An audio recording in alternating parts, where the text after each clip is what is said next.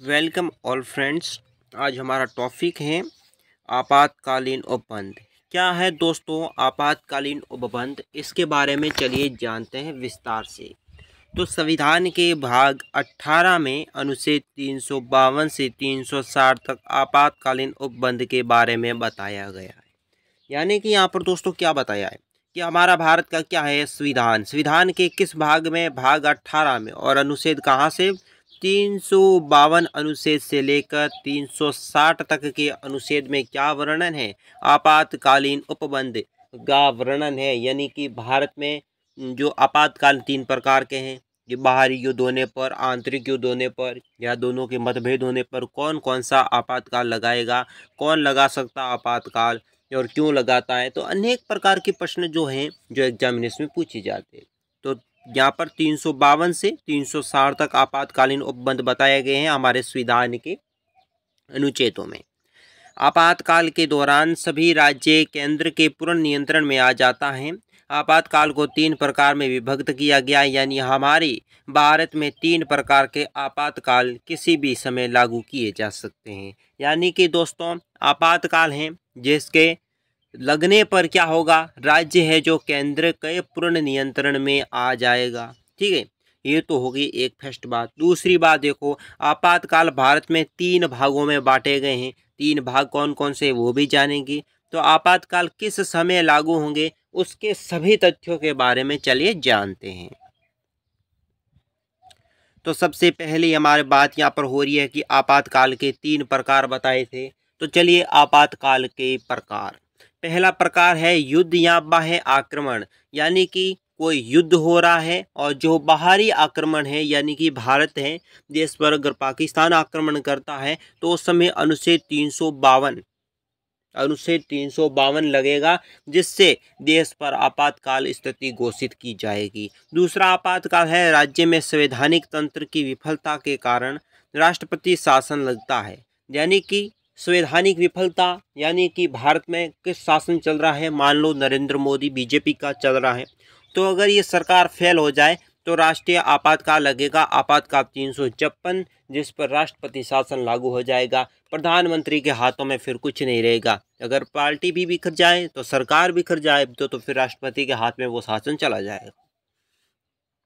वित्तीय स्वायत्ता के कारण वित्त की स्वायत्ता अगर लगती है तो आपातकाल 360 को लगाया जाता है। 360 लगे, कब लगेगा, 360 लगेगा वित्तीय स्थायित्व के कारण।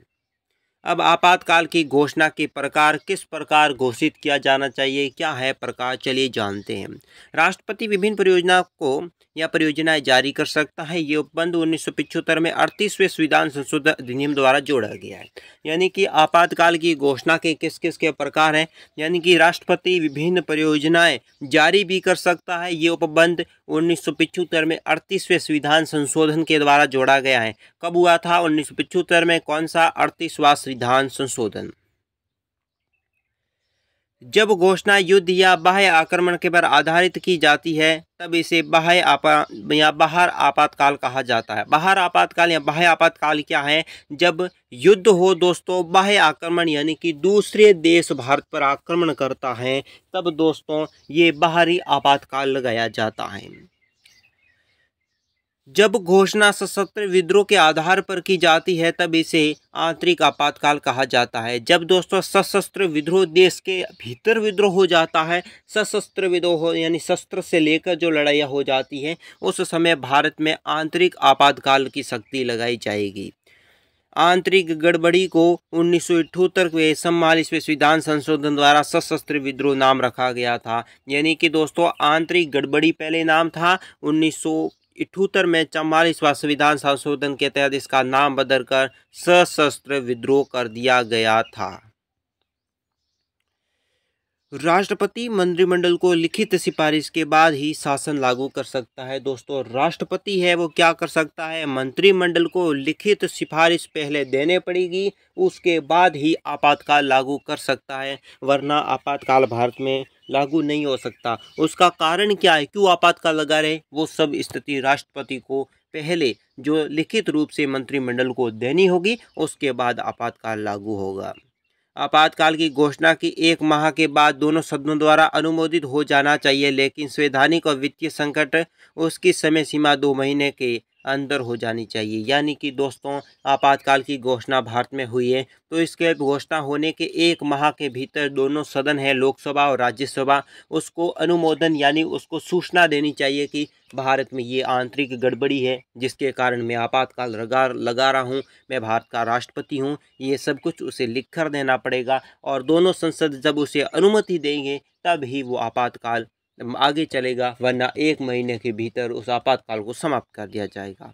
और अगर वित्तीय संकट है तो इसमें 2 महीने का समय लग सकता है। अगर दोस्तों बाहर का संकट दिखाई देता है तो उसमें 2 महीने का जो है आपातकाल लगने के भीतर राष्ट्रपति को जवाब देना होगा कि क्या प्रॉब्लम है। और अगर देश के अंदर किसी सीमा के लगाया है तो 1 महीने के भीतर भारत के दोनों जो सदन है उनको बताना होगा कि किस कारण जो आपातकाल आपने लगाया है। अब देखो आपातकाल की घोषणा लोकसभा के विघटन के समय ही की जाती है। दोनों सदन के अनुमोदन के बाद ये घोषणा और 6 महीने तक रहती है। यानी कि दोस्तों घोषणा करने के बाद अगर संसद के दोनों सदन हैं, लोकसभा और राज्यसभा, ये मान लेते हैं कि हाँ भारत में वित्तीय आपातकाल है, तो ये दोस्तों जो आपातकाल लगा हुआ है वो दोस्तों 6 महीने तक चलेगा। 6 महीने के बाद उसकी आर्थिक स्थिति को देखने के बाद आपातकाल बढ़ाया जा सकता है।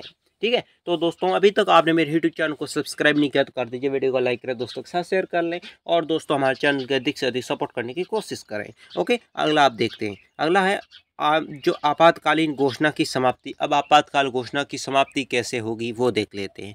राष्ट्रपति एक दूसरे उद्घोषणा पर आपातकालीन स्थिति को समाप्त कर सकता है बिना संसदीय अनुमोदन के। यानी कि दोस्तों जो आपातकालीन घोषणा की समाप्ति है वो किस प्रकार होगी कि राष्ट्रपति एक दूसरी उद्घोषणा पर आपातकालीन स्थिति को समाप्त कर सकता है या बिना किसी भी जो संसदीय अनुमोदन के तरफ अपने आपातकालीन घोषणा की समाप्ति हो सकती है।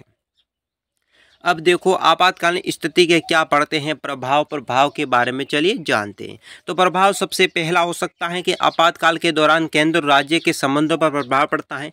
यानी कि आपातकाल लगा हुआ है तो दोस्तों इससे क्या होगा, केंद्र और राज्य दोनों के बीच में मतभेद हो सकता है, दोनों के संबंधों में प्रभाव पड़ सकता है, क्योंकि आपातकाल लगने के बाद राज्य के जो मुख्यमंत्री शासन होता है ना उसकी स्वायत्ता खत्म हो जाती है और राज्य भी केंद्र के संपर्क में चला जाता है। यानी कि राष्ट्रपति शासन राज्यों पर भी लग जाता है और उसका प्रमुख राष्ट्रपति माना जाएगा। अब देखो दूसरी बात यह है कि लोकसभा और राज्य विधानसभा के कार्यकाल पर प्रभाव पड़ता है, क्योंकि इसमें क्या पड़ेगा, लोकसभा क्या है, केंद्र सरकार की जो चुने जाने वाले मनोनीत सदस्य लोकसभा चलाते हैं और राज्य में जो विधायक जीतते हैं, जो मुख्यमंत्री को जिताते हैं, ठीक है, वे बैठते हैं राज्य विधानसभा में।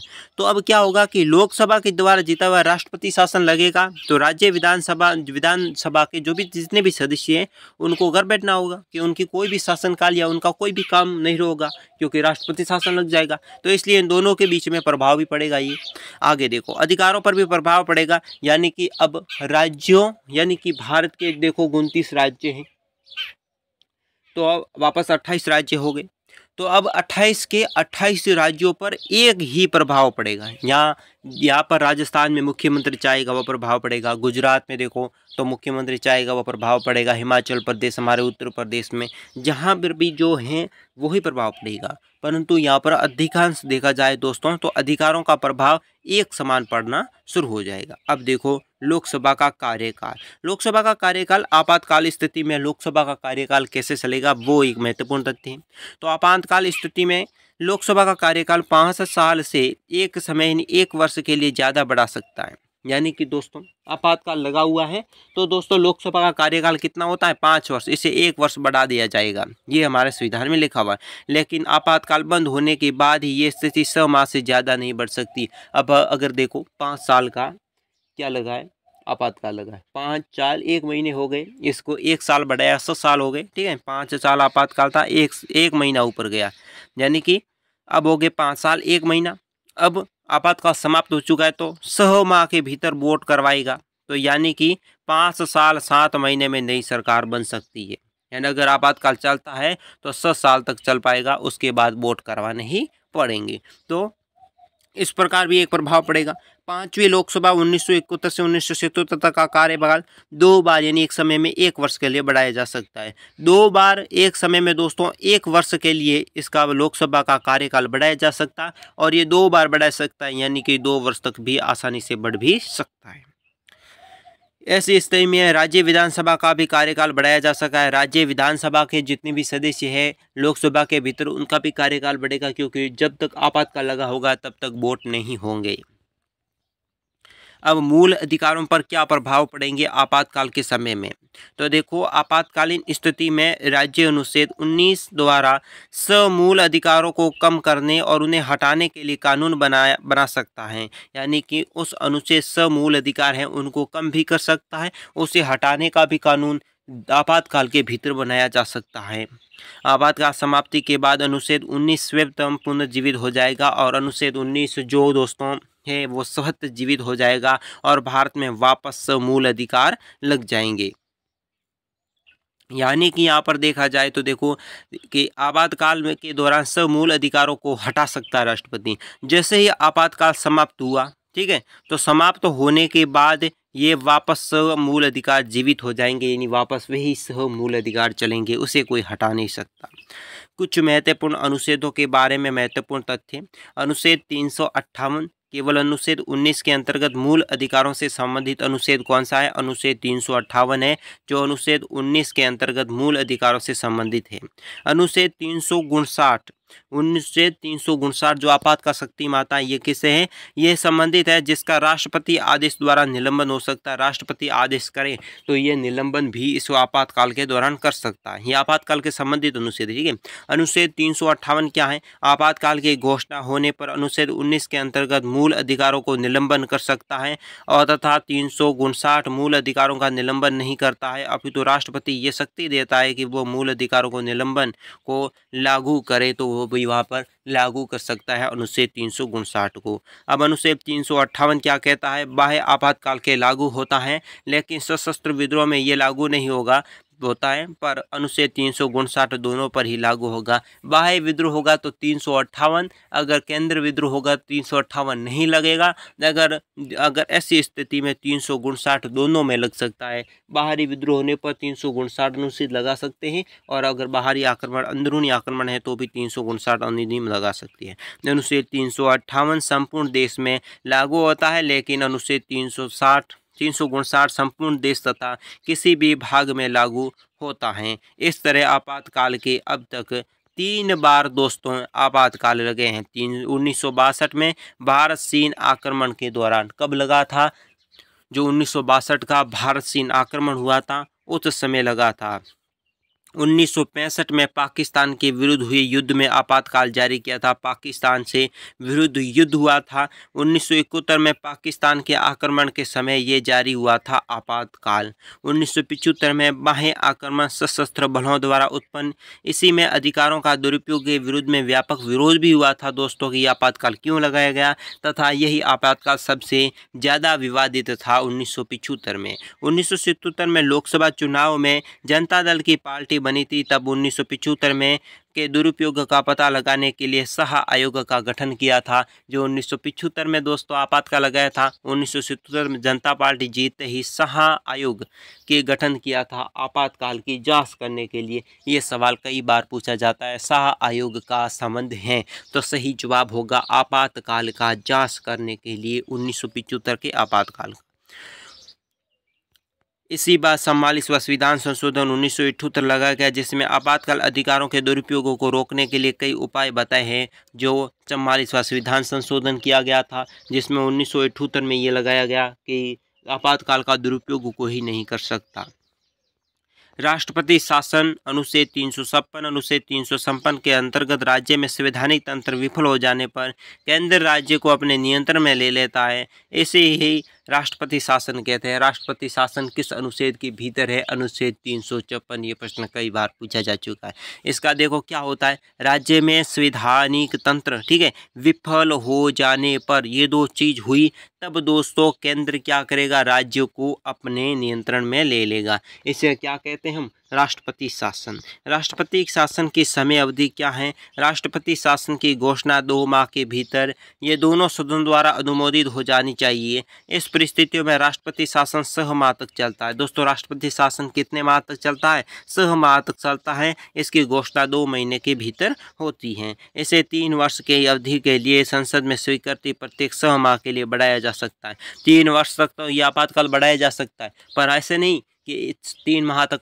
3 साल तक बढ़ा दो, ऐसा कुछ नहीं होगा। ठीक है, तो इसे बढ़ाने के लिए हर 6 महीने एक प्रस्ताव लाना पड़ेगा और दोस्तों इस प्रकार करने के बाद 3 माह तक यह आपातकाल बढ़ जाएगा। ठीक है, राष्ट्रपति शासन के क्या परिणाम होते हैं? राष्ट्रपति राज्य सरकार के सारे कार्य अपने हाथों में ले लेती है। उसे अन्य अधिकारियों या कार्यकारी अधिकारियों की शक्तियां प्राप्त हो जाती हैं। इस समय राष्ट्रपति मुख्यमंत्री के नेतृत्व वाली मंत्रिपरिषद को भंग भी कर सकता है। राज्य का राज्यपाल दोस्तों राष्ट्रपति के नाम पर राज्य चला सकता है। राज्यपाल राष्ट्रपति के नाम से दोस्तों जो है राज्य वो चला सकता है, जिसमें मुख्यमंत्री की जरूरत नहीं होगी। इस दौरान किसी भी प्राधिकारी द्वारा बनाया गया कानून राशन के बच्चा भी इस पर प्रभाव कर सकता है।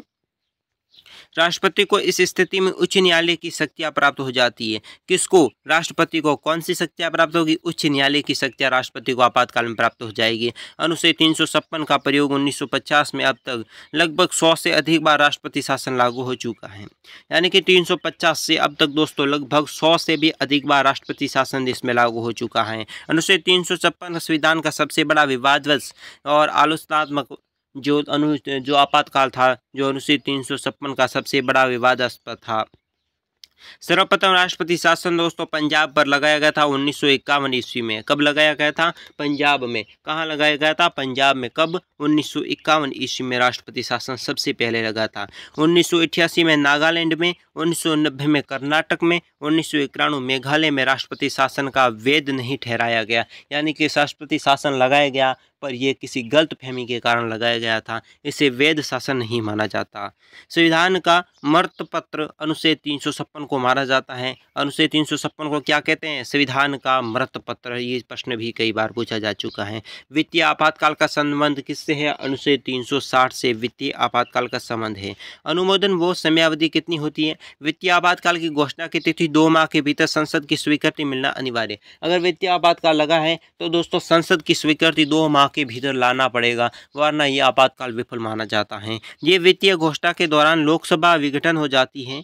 यह घोषणा पुनर्गठित लोकसभा का प्रथम बैठक 30 दिनों के तक प्रभावी रहेगी और पुनर्गठन होने पर दोस्तों 30 दिनों तक इसकी बैठक चलेगी, फिर इसका निर्णय लिया जाता है। अब तक वित्तीय संकट एक भी बार घोषित नहीं हुआ है, लेकिन 1991 में वित्तीय संकट आया था। 1991 में दोस्तों वित्तीय संकट आया था, अकाल पड़ा था, फिर भी दोस्तों ये जो है आपातकाल, वित्तीय आपातकाल लागू नहीं किया गया, देश में लागू नहीं हुआ। राष्ट्रपति शासन सबसे ज़्यादा केरल राज्य में 9 से ज़्यादा बार लगा चुका है। सबसे अधिक आपातकाल किस राज्य में लगा? केरल में। कितनी बार लगा है? 9 से भी ज़्यादा बार लगा है।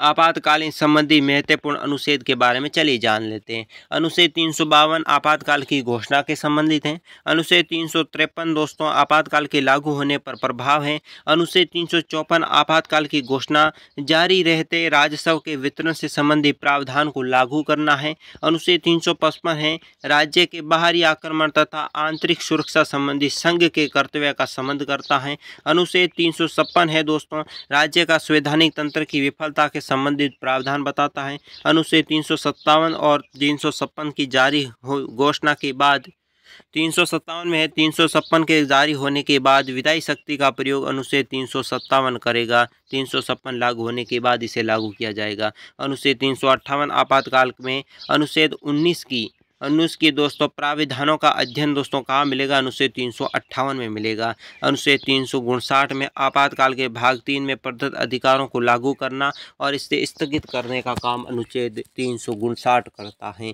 अनुच्छेद 360 वित्तीय आपातकाल के संबंधी जितने भी दोस्तों प्रावधान हैं वो अनुच्छेद 360 करेगा। तो दोस्तों आज के वीडियो में बस इतना ही। मैं हूँ आपके साथ भास्कर राज गुरुजी जी के स्टडी चैनल के साथ, और आप हमारे जो पॉलिटिकल बुक्स हैं वो खरीदना चाहते हैं तो हम आपको मनी जो ऑर्डर हैं उसके तहत आपको पहुंचा सकते हैं डाक के ज़रिए। तो दोस्तों कैसा लगा वीडियो कमेंट बॉक्स में बनाए, चैनल को सब्सक्राइब, वीडियो लाइक करें, दोस्तों के साथ शेयर करें, ताकि और आप कमेंट में बताइए हमारा ये वीडियो कैसा लगा। ज़्यादा से ज़्यादा हमारे वीडियो को सपोर्ट करें, हमारे चैनल को सपोर्ट करें, और जो सब्सक्राइब हैं, जो लाइव सेशन के समय के रूप में आता ही हम लाइव सेशन भी जल्द ही शुरू करने वाले हैं। तो गुरुजी जी के स्टडी चैनल को दीजिए इजाज़त, शेयर करें, लाइक करें, कमेंट करें, फॉलो करें, सब कुछ करें। धन्यवाद।